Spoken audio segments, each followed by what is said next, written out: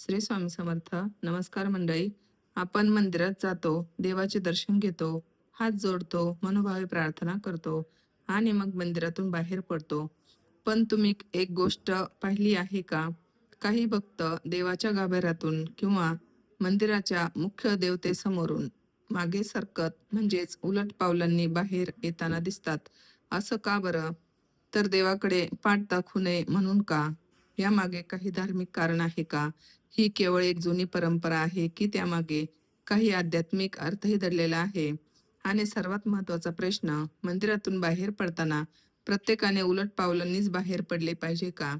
आजच्या या व्हिडिओमध्ये आपण याच विषयाचा सविस्तर अर्थ समजून घेणार आहोत.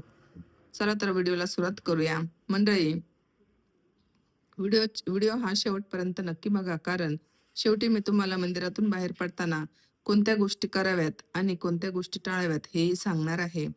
आणि जर तुम्हाला आपल्या हिंदू धर्मातील परंपरा, देवदेवतांचे महत्त्व, पूजाविधी आणि त्यामागचा आध्यात्मिक अर्थ जाणून घ्यायचा असेल, तर आपल्या त्रिमूर्ती परिवाराला नक्कीच सबस्क्राईब करा आणि बेल आयकॉन दाबायला विसरू नका.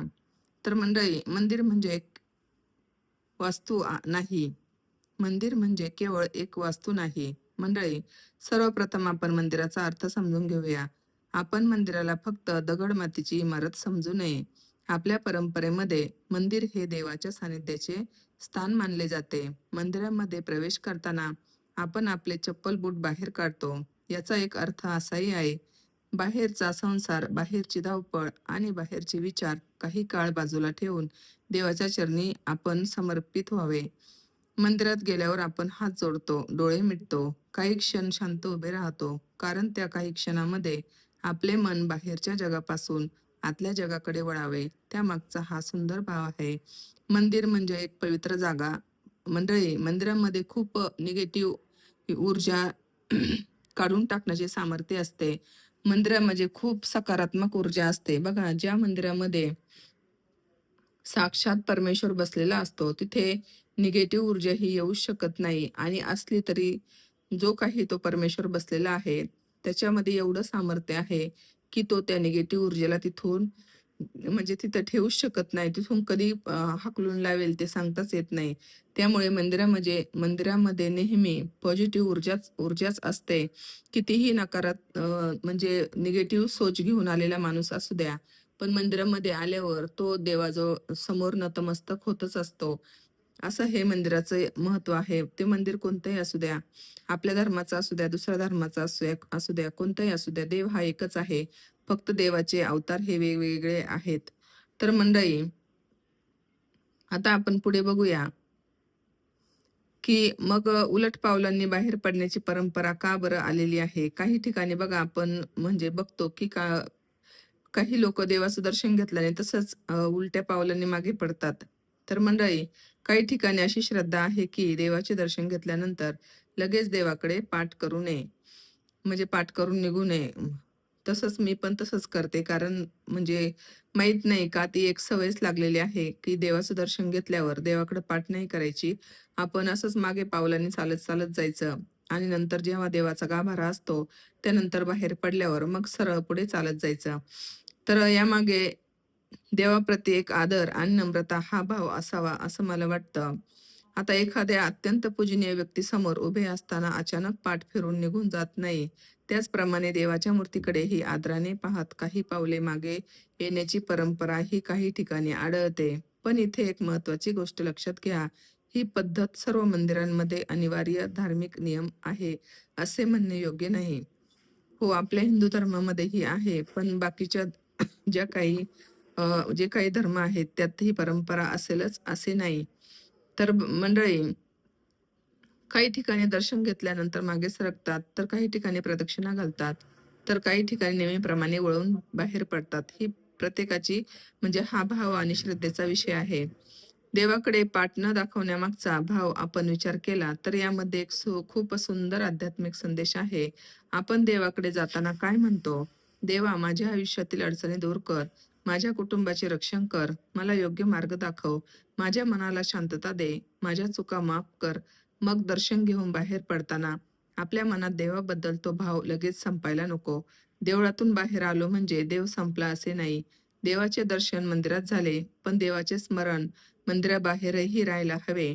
म्हणूनच काही परंपरांमध्ये देवाकडे पाठ न करता काही पावले मागे येण्याची पद्धत ठेवली गेली असावी, असा आध्यात्मिक अर्थ तिथे घेतला जातो. उलट पावले म्हणजे नेमके काय? आता इथे अनेक लोकांचा गैरसमज होतो, की उलट पावलांनी बाहेर पडणे म्हणजे संपूर्ण मंदिराच्या दारापर्यंत पाठ न करता चालत जाणे. तर बघा मंडळी, ही प्रथा देवाच्या मूर्तीसमोर किंवा गाभाऱ्याच्या परिसरात काही पावले मागे येण्याशी संबंधित असते. मंदिराची रचना, देवतेचे स्थान आणि मंदिरातील नियम यानुसार पद्धत बदलू शकते. म्हणून तुम्ही ज्या मंदिरात दर्शनाला गेला आहात, तिथे स्थानिक परंपरा काय आहे, हे पाहणेही महत्त्वाचे आहे. मंडळी, आता आपल्या हिंदू संस्कृतीमध्ये नम्रतेला खूप मोठे महत्त्व आहे. देवापुढे आपण डोके झुकवतो, नतमस्तक होतो, साष्टांग दंडवत करतो, हात जोडतो. कारण देवासमोर आपला अहंकार कमी व्हावा, हा त्यामागचा भाव असतो. आणि म्हणूनच देवाचे दर्शन घेतल्यानंतर मागे येण्याची पद्धत काही भक्त "मी देवापेक्षा मोठा नाही" या नम्र भावनेशी जोडतात. देवाकडे पाहताना मनात एक भावना असावी, देवा, माझ्या आयुष्यात जे काही आहे ते तुझ्यामुळेच आहे आणि ते तुझ्याच कृपेने आहे. मंदिरातून बाहेर पडताना आणखी एक महत्त्वाची गोष्ट, आपण मंदिरात जातो, दर्शन घेतो, प्रसाद घेतो आणि बाहेर पडतो. पण अनेकदा आपले मन पुन्हा लगेच मोबाईलमध्ये, कामात, संसाराच्या चिंतेत जाते. इथेच खरी गोष्ट आहे. मंदिरातून बाहेर पडताना देवाला बाहेर ठेवून येऊ नका. देवाची मूर्ती मंदिरात राहते, पण देवाचे नामस्मरण आपल्या मनात घेऊन बाहेर पडायचे असते. उदाहरणार्थ, श्री स्वामी समर्थ, ओम नमः शिवाय, श्रीराम जय राम जय जय राम, ओम नमो भगवते वासुदेवाय नमः. हा मंत्र म्हणजेच जो कोणी तुम्ही ज्या देवाचा तुम्ही म्हणजे ज्या देवावर तुमची श्रद्धा आहे. आता माझे गुरु हे स्वामी समर्थ महाराज आहे.